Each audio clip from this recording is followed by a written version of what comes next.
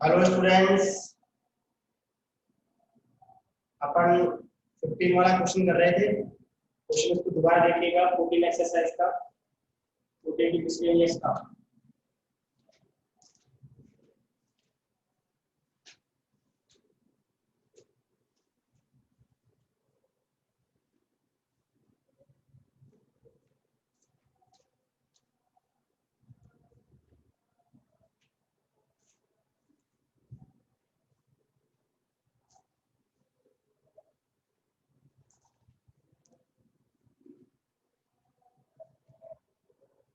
आपको प्लेन की इक्वेशन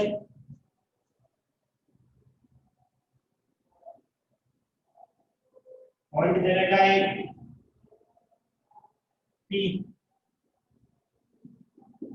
-1, -2, -1, 2 ए वेक्टर और बी वेक्टर दिए हुए हैं।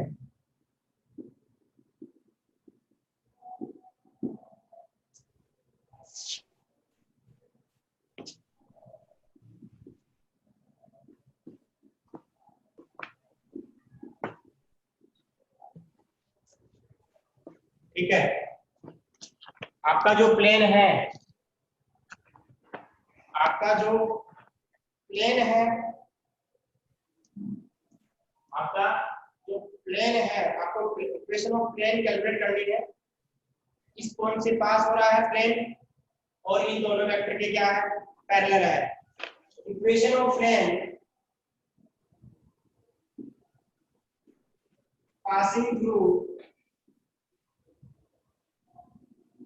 passing through a point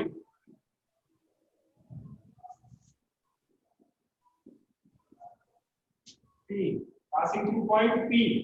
ठीक है, क्या होगा, ax minus x1, by minus y1, cz minus z1 equal to 0। ठीक है, अब यहाँ पे a x plus 2 हो जाएगा y minus 1 या। ठीक है, ये इक्वेशन फर्स्ट। अब थोड़ा समझना, जिसे मान लीजिए आपके पास ये प्लेन है, मान, ठीक है, ये प्लेन है, ये प्लेन है। इस प्लेन के ऊपर एक वेक्टर पड़ा है, ये एक दूसरा वेक्टर, एक दो वेक्टर पड़े हैं। ठीक है, यानी कि ये प्लेन है, मान लीजिए प्लेन है और इस प्लेन में एक वेक्टर ये पड़ा है, एक वेक्टर ये पड़ा है। जब किसी प्लेन में दो वेक्टर है, इसका मतलब ये प्लेन इन दोनों वेक्टर की क्या है, पैरेलल होगा। क्या होगा, पैरेलल।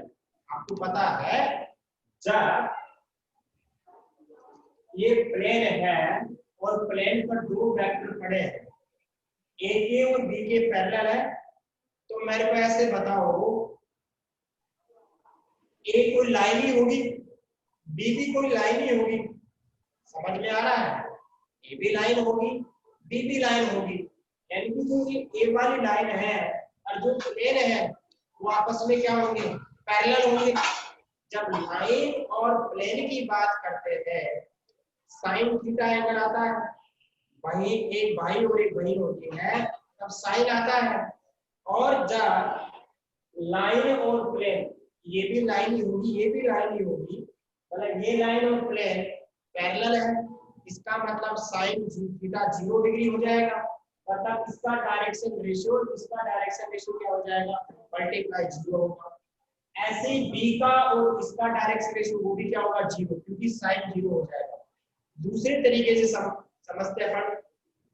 कहने का मतलब क्या हुआ कि अगर अपन प्लेन की बात करें, ये तो अपना जैसी जुगाड़ था, लेकिन वास्तव में कौन सा है। अगर मान लीजिए आपका ये प्लेन है, प्लेन की बात करते हैं तो अपन किसकी बात करते हैं, नॉर्मल की बात करते हैं। अरे नॉर्मल की बात करेंगे, आपको पता है ये नॉर्मल होगा। अब ये नॉर्मल होगा तो ए के भी परपेंडिकुलर होगा, क्योंकि ए प्लेन के ऊपर है और बी के भी क्या होगा, परपेंडिकुलर होगा। क्या मैं सही बोल रहा हूँ, यस और नो। जो प्लेन का नॉर्मल होगा क्या वो ए और बी के परपेंडिकुलर होगा, बताइए मेरे को, यस और नो? होगा ना? होगा।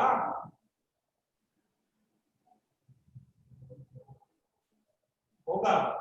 जब परपेंडिकुलर होगा इसका मतलब क्या हुआ? आप बोल सकते हैं क्योंकि सिंस रिक्वायर्ड प्लेन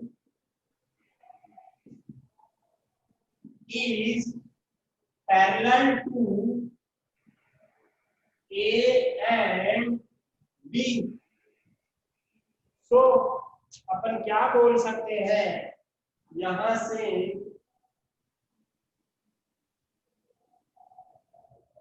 तो अपन ऐसे बोल सकते हैं कि इसका डायरेक्शन रेशियो A, इसका कोफिशिएंट -1, तो माइनस का A प्लस इसका 2, इसका B, 2B, इसका -3, इसका 3, -3 = 0। ऐसे ही इसकी बात करेंगे 5A माइनस का B और प्लस का C इक्वल में क्या आएगा? 0 आएगा। इक्वल में क्या आएगा? 0 आएगा। 5A minus B plus C equal to 0 आएगा। ठीक है। अब देखो यहां से दो इक्वेशन है, 3 वेरिएबल है। आपको अगर ये A, B और C पता चल जाए तो ये प्लेन की इक्वेशन आ जाएगी जो आपको जरूरत है। आपको पता है जब दो इक्वेशन होती है और 3 वेरिएबल्स होते हैं तो कैसे करते हैं? क्रॉस मल्टीप्लिकेशन वाला मेथड लगाते हैं अपन। यस और नो? लगाते हैं। A को छुपा लो, 2 को 1 से मल्टीप्लाई 2 आएगा, माइनस माइनस माइनस प्लस 3 को 1 से मल्टीप्लाई 3 आएगा। यहाँ माइनस भी पहले से ही आता है, इसको छुपा लो। माइनस का 1 हो जाएगा, प्लस का 15 आएगा। अभी कितना हो जाएगा? 1 माइनस का 10 आएगा। क्या सही बोल रहा हूँ मैं? इसके बाद देखो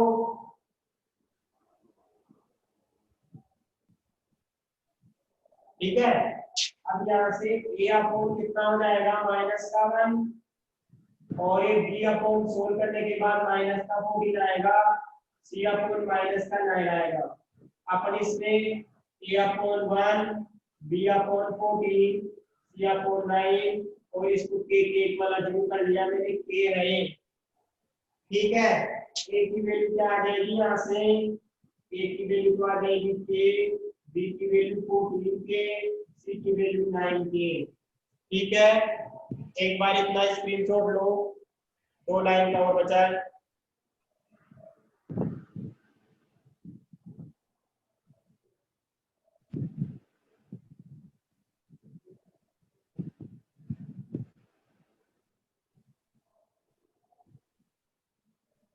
डन? हाँ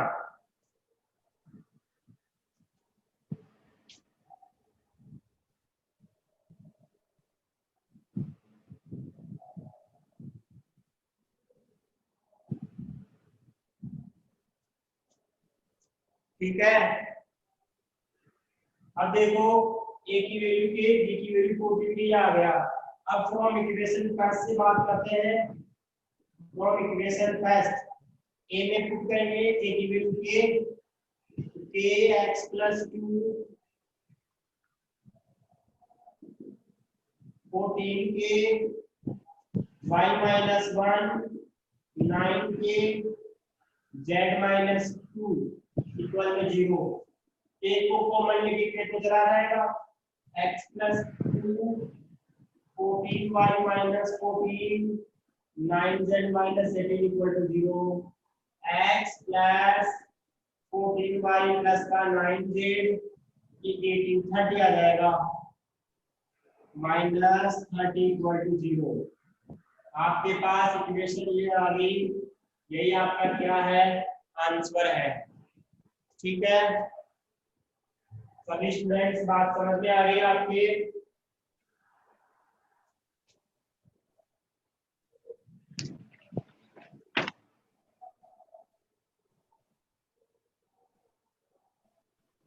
यस और नो बताइए। बात समझ में आ गई सबके? एक बार इसका भी स्क्रीनशॉट ले लो आप। स्क्रीनशॉट ले लिया? ठीक है, अरे बोलो।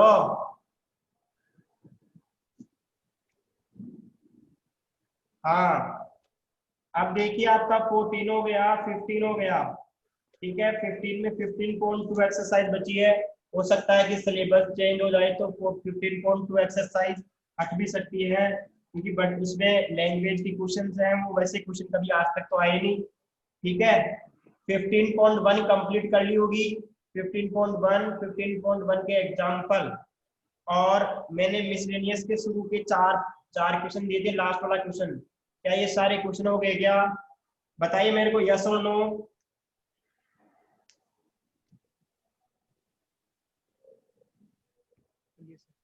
हाँ, अब बताओ। देखिए, एक तो 5th चैप्टर बचा है और 8th चैप्टर बचा है। क्या फर्स्ट से 4th तक कंप्लीट हो गया क्या आपके? फर्स्ट से 4th तक, फर्स्ट से 4th तक कंप्लीट हो गया? तो मैं क्या डायरेक्ट 5th स्टार्ट कर सकता हूँ क्या? डायरेक्ट 5th स्टार्ट कर दूं? ओके, ठीक है। अब चैप्टर नंबर अपन 5th की बात करते हैं। 12 सर कराएंगे, मांझी सर करवाएंगे 12 बेटा।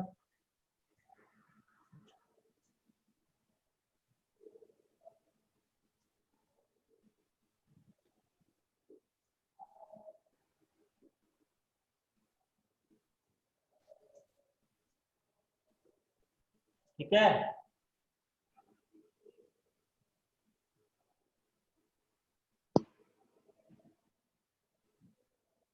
एक सेकेंड।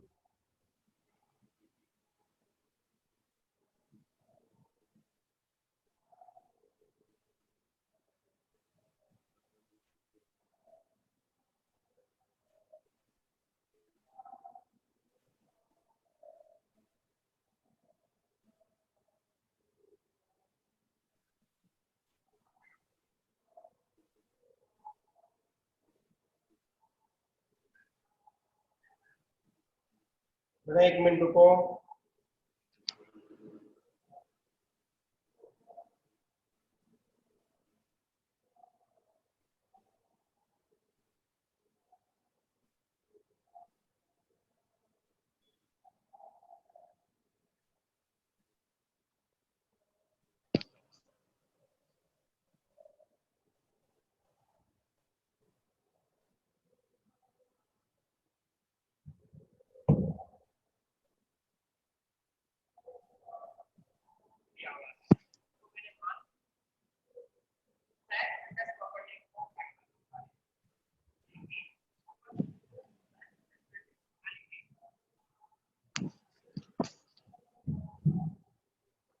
चैप्टर नंबर 5,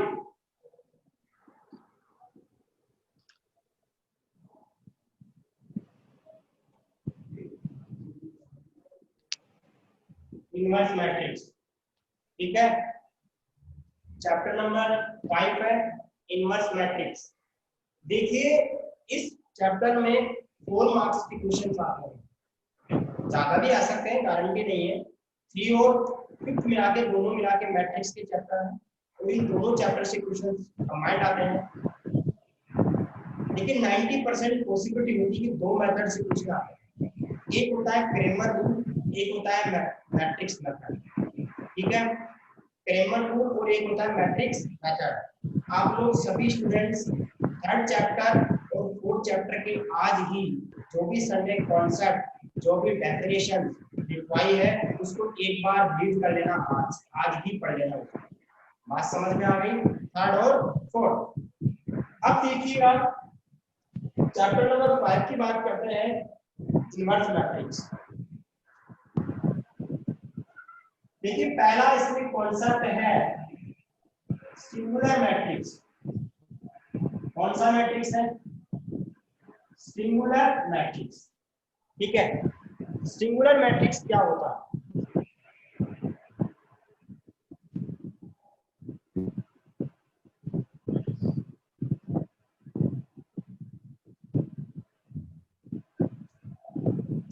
देखिए सिंगुलर मैट्रिक्स होता है a square matrix, a square matrix is called singular matrix, is called singular matrix if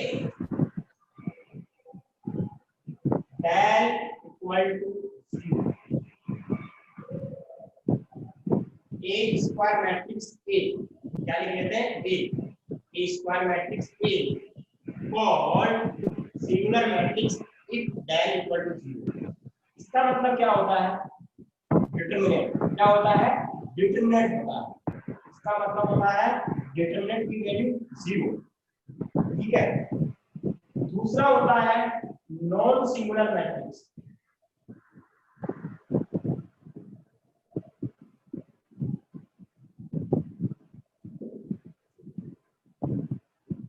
A square matrix, a square matrix A called non-singular matrix, non-singular matrix is if del is not equal to 0, del is not equal to 0। अगर del a की value 0 है, del a की value अगर 0 है तो singular matrix होगा, अगर not equal to 0 है तो नॉन सिंगुलर मैट्रिक्स। क्या बात समझ में आ रही है? देखिए कोई भी मैट्रिक्स स्क्वायर कब होता है? मेरे को बताओगे आप स्क्वायर मैट्रिक्स क्या होता है? What is the square matrix? बेटा किसी का ऑडियो ऑन है उसको बंद कर दो बेटा।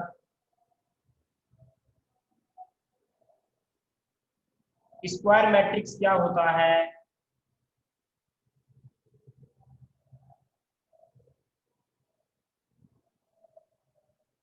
कृष्ण, हर्षिता, विवेक, बेटा स्क्वायर मैट्रिक्स क्या होता है?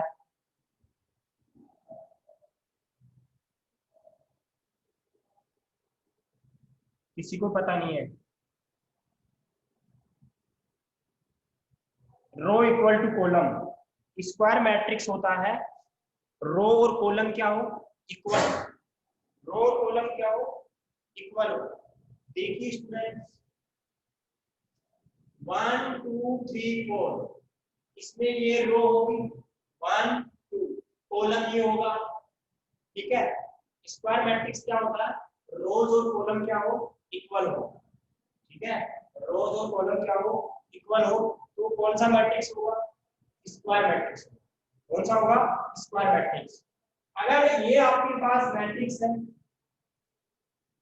ये आपके पास अगर मैट्रिक्स है तो उसका डिटरमिनेंट क्या होगा? ये होगा 1 2 3 4। मैट्रिक्स को अपन ऐसे क्लोज ब्रैकेट में लिखते हैं, क्लोज वाले में, और डिटरमिनेंट को ऐसे लिखते हैं। अब डिटरमिनेंट की वैल्यू 1 को 4 से मल्टीप्लाई करो, 4 होता है, इसको मल्टीप्लाई बीच में माइनस आता है 6, तो कितना हो जाएगा? -2। यानी कि इस मैट्रिक्स के लिए del की वैल्यू 0 नहीं है, तो वो क्या होगा? नॉन सिंगुलर मैट्रिक्स होगा। कौन सा होगा? Non singular matrix. अगर del की वैल्यू 0 आती तो क्या होगा? Singular matrix. क्या बात समझ में आ गई? यस और नो? देखिए आप रिप्लाई नहीं देते हो।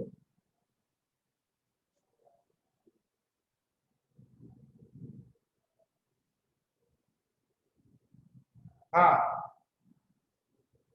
आप देखिएगा एक बार इसका स्क्रीनशॉट लो, आगे चलते हैं। सभी स्टूडेंट्स इसका स्क्रीनशॉट लो, आगे चलते हैं।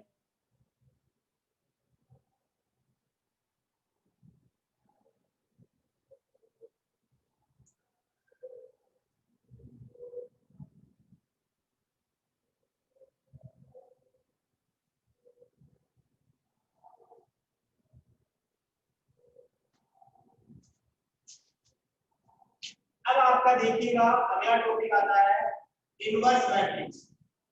कौन सा आता है? Inverse matrix. देखिए ए इनवर्स मैट्रिक्स ए है, देखिए मैट्रिक्स को अपन कैपिटल लेटर से लिखते हैं, अल्फाबेट से लिखते हैं, A matrix, B matrix, C matrix, D matrix, ठीक है। डिटरमिनेंट को इनके क्या लगा देते हैं, मोड लगा देते हैं। अब यहाँ पे ए इनवर्स है, इसका फॉर्मूला होता है adjoint of A upon mod of, जहां पे डिटरमिनेंट की वैल्यू 0 के इक्वल नहीं होती। देखिए स्टूडेंट्स, यहाँ पे A inverse equal to adjoint of A upon mod of. Adjoint of A adjoint matrix होता है। कौन सा मैट्रिक्स होता है, एडजॉइंट मैट्रिक्स। अब ये एडजॉइंट मैट्रिक्स क्या होता है, देखो ये तो नीचे डिटरमिनेंट है, डिटरमिनेंट है, डिटरमिनेंट तो आप सोल्व कर सकते हो, अरे डिटरमिनेंट तो सोल्व कर सकते हैं अपन, लेकिन एडजॉइंट ऑफ A कैसे सोल्व करेंगे। यहाँ पे देखो डिटरमिनेंट की वैल्यू 0 के इक्वल नहीं होनी चाहिए, इसका मतलब अगर नीचे वाली 0 आ गई तो समथिंग अपॉन 0 क्या हो जाएगा, इनफाइनाइट हो जाएगा, वो डिफाइन नहीं होगा। समथिंग अपॉन 0 क्या हो जाएगा, इनफाइनाइट हो जाएगा, वो क्या नहीं होगा, डिफाइन नहीं होगा। क्या मैं सही बोल रहा हूँ। अब यहाँ पे डिटरमिनेंट की वैल्यू तो आप कैलकुलेट करोगे, लेकिन जो एडजॉइंट ऑफ ए होता है उसको बोलते हैं एडजॉइंट मैट्रिक्स। कौन सा बोलते हैं, एडजॉइंट मैट्रिक्स। और इसका फॉर्मूला क्या होता है, adjoint of A equal to F11 F12 F13 F21 F22 F23 F31 F32 F33। अगर मान लीजिए ये 3 × 3 ऑर्डर का था, अगर मान लीजिए आपका जो ए मैट्रिक्स था अगर वो 3 × 3 ऑर्डर का है तो F11 का मतलब टॉप फैक्टर, एक होता है माइनर, एक होता है टॉप फैक्टर्स। यहाँ पे क्या होगा, F11 F12 F13 F21 F22 F23, ये क्या है, टॉप फैक्टर्स है। क्या है, टॉप फैक्टर्स। अगर मैं इसका ट्रांसपोज लगा दूं, ट्रांसपोज का मतलब क्या हुआ, रोज को कॉलम में चेंज हो जाएगी, रोज किस में चेंज रहेगी, कॉलम में।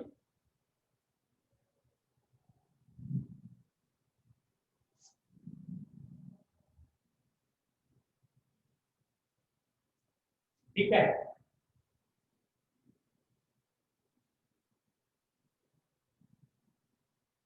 ऐसे समझ में तो आ रहा है क्या।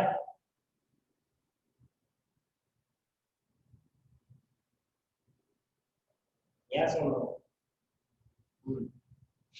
अब देखो यहाँ पे एक डेफिनेशन और क्या हो सकती है, if A is a square matrix and another matrix B, ठीक है। अगर ए बी इक्वल टू आपके पास आई आ गया, आई का मतलब क्या होता है तो बताएगा, आई का मतलब क्या होता है, ए बी मैट्रिक्स है, बी बी मैट्रिक्स है, आई क्या होगा, which type of matrix,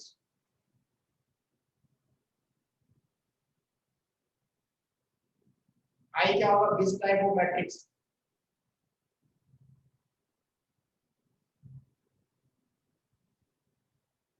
identity matrix, identity matrix होगा। कौन सा मैट्रिक्स होगा, आइडेंटिटी मैट्रिक्स होगा, ठीक है। यहाँ पे क्या करेंगे, बी इक्वल टू क्या हो जाएगा, ए इनवर्स आई होगा, ठीक है। यहाँ पर ऐसे बोल सकते हैं, हाँ अब किसी भी मैट्रिक्स को आई से मल्टीप्लाई करते हैं तो वापस वही मैट्रिक्स आता है। इसका मतलब क्या हुआ, जो बी है, B matrix is A inverse of matrix A होगा, इनवर्स ऑफ मैट्रिक्स क्या होगा, ए होगा। अगर कोई मैट्रिक्स स्क्वायर मैट्रिक्स है और दूसरा अनदर मैट्रिक्स बी है, अगर ये रिलेशन है ए बी इक्वल टू आई, ए को उधर भेजेंगे तो ए इनवर्स आई, ए इनवर्स को आई से multiply A inverse I, B equal to A inverse, इसका मतलब बी है वो इनवर्स ऑफ मैट्रिक्स ए। बात समझ में आ गई? इतना स्क्रीनशॉट लो।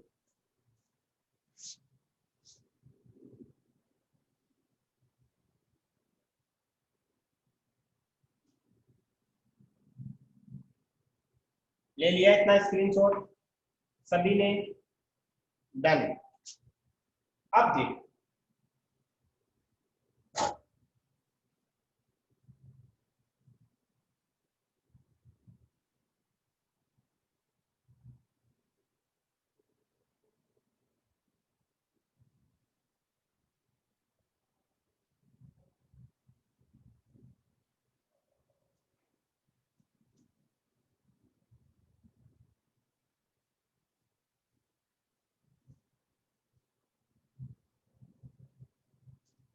देखिए कुछ मैं थर्ड चैप्टर के और फोर्थ चैप्टर के मैं फंडामेंटल कॉन्सेप्ट वापस से रिवाइज कर रहा हूँ एक बार के लिए, ठीक है?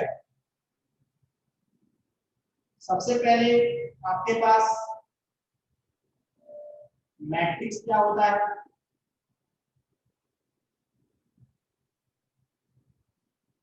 Number of elements are written in rows and column in rectangular or square form, ठीक है? यानी कि जैसे मान लीजिए it is represented bye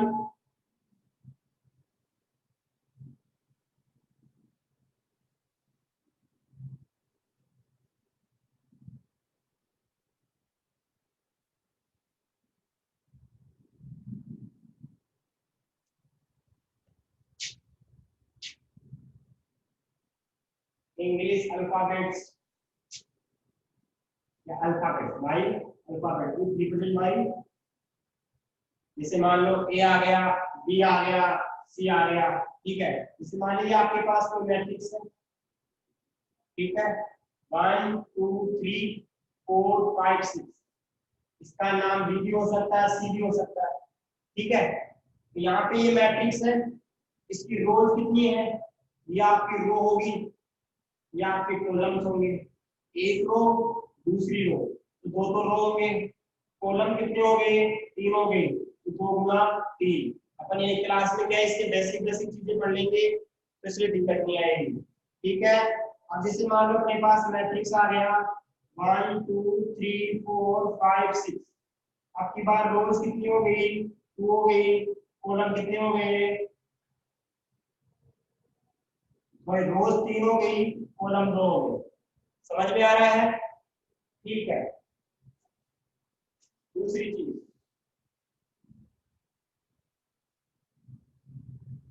types of matrix की बात करते हैं अपन, ठीक है? यहाँ पे पहला होता है रो मैट्रिक्स। रो मैट्रिक्स का मतलब क्या होता है? जिसमें ओनली वन रो हो, ओनली वन रो, 1 2 3, रो 1 है, कॉलम 3 है।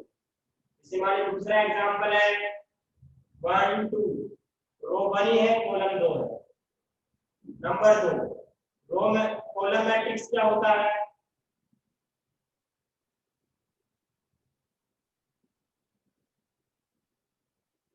कॉलम मैट्रिक्स में एक ही कॉलम होगा, एक ही कॉलम होगा, रो कितनी भी हो सकती है, 1 2 3 रो भी, कॉलम कितने हो गए? समझ में आ रहा है? इसके बाद में इधर लिख रहा हूं, ठीक है? अब देखो अगला एग्जांपल इसका क्या हो सकता है? जैसे मान लो b इक्वल टू है 1, तो ये 1 into 1, एक ही रो है, एक ही कॉलम है, ये भी कॉलम मैट्रिक्स हो सकता है। नंबर 3, जीरो मैट्रिक्स,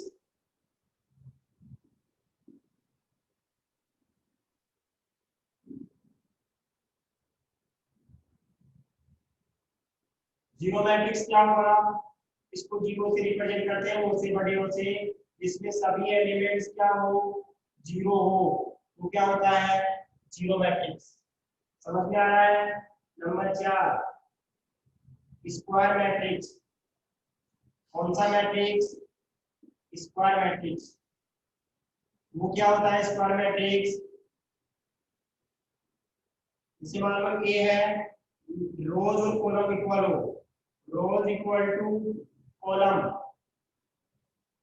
क्या होगा, जैसे मान लो आपने 1 2 0 3 2 2 2, वो क्या होगा, स्क्वायर मैट्रिक्स होगा। कौन सा मैट्रिक्स होगा, स्क्वायर मैट्रिक्स। बेटा आपने वो आधे घंटे में अपन थर्ड चैप्टर के और फोर्थ चैप्टर के सारे कॉन्सेप्ट पढ़ लेंगे, ताकि फिफ्थ चैप्टर बढ़िया तरीके से समझ में आ जाएगा। किसी को कोई प्रॉब्लम, यस और नो।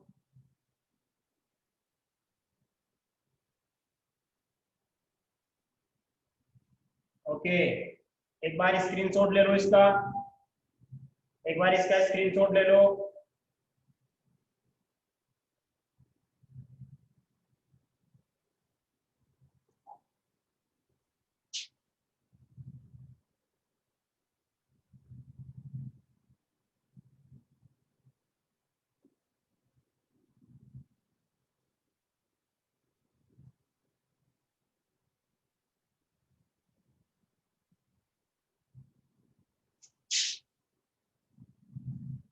अब देखो, अगला कौन सा नंबर का आएगा, रो हो गया, कॉलम हो गया, जीरो हो गया। अब जैसे मान लो आइडेंटिटी मैट्रिक्स है, आइडेंटिटी मैट्रिक्स क्या होता है, इसको अपन आई से रिप्रेजेंट करते हैं, 1 0। चलो आइडेंटिटी बाद में लिख लीजिए, पहले अपन करते हैं डायगोनल मैट्रिक्स। ठीक है, डायगोनल मैट्रिक्स में क्या होता है, ये स्क्वायर मैट्रिक्स को होता ही है, लेकिन इसके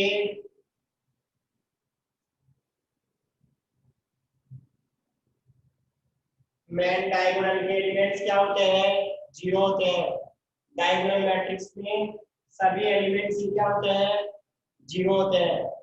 समझ में आ रहा है। जैसे मान लो ऐसे आ गया 0 1 2 2 0 3 6 5 0, ये भी क्या होगा, डायगोनल होगा। अब नंबर 6 आता है,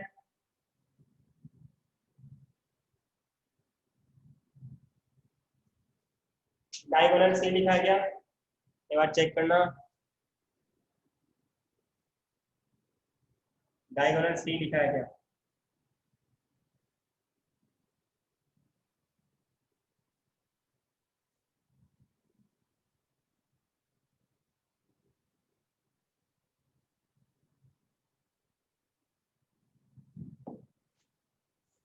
इसमें ऐसे होता है कि इसके मेन जो डायगोनल होता है, इसके एलिमेंट्स के अलावा बाकी सारे जीरो होते हैं, 1 0 0 0 2 3 0 0 4। मेन डायगोनल के अलावा सभी एलिमेंट जीरो होते हैं। अब अगला आएगा स्केलर।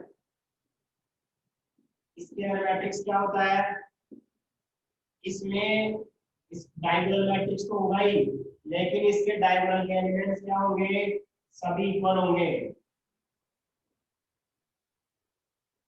ठीक है, सेम होंगे, 2 2 2 3 3 3। इसमें इसमें गारंटी नहीं है कि 2 2 3 हो, इसमें गारंटी है कि 2 2 2 1 1 1 ऐसे। नंबर 7 है आइडेंटिटी मैट्रिक्स। वो क्या होता है, इसको आई से रिप्रेजेंट करते हैं, 1 0 0 1। ठीक है, I2 होता है। अगर 2 into 2 का होगा तो इसको I2 बोलेंगे। इसके मेन डायगोनल के 1 1 पर सेम होते हैं। अगर ऐसे I3 आ गया तो 1 0 0 0 1 0 0 0 1। ऐसे I4 आ गया 1 0 0 0 1 0 0 1। ठीक है, एक बार इतना स्क्रीनशॉट ले, अपन आगे कल पढ़ेंगे। फिफ्थ चैप्टर को अपन आगे करेंगे। ये थर्ड चैप्टर के मैंने कॉन्सेप्ट बताए हैं, थोड़े से थर्ड चैप्टर के और बचे हैं, थोड़े से फोर्थ के, फिर फिफ्थ को स्टार्ट करेंगे अपन। बात समझ में आ रही है सभी के?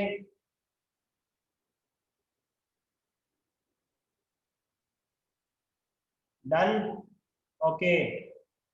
तो सभी स्टूडेंट्स का ध्यान रखें, फिफ्थ चैप्टर अपन करेंगे थोड़ा सा बेसिक पढ़ने के बाद बढ़िया तरीके से। Thank you.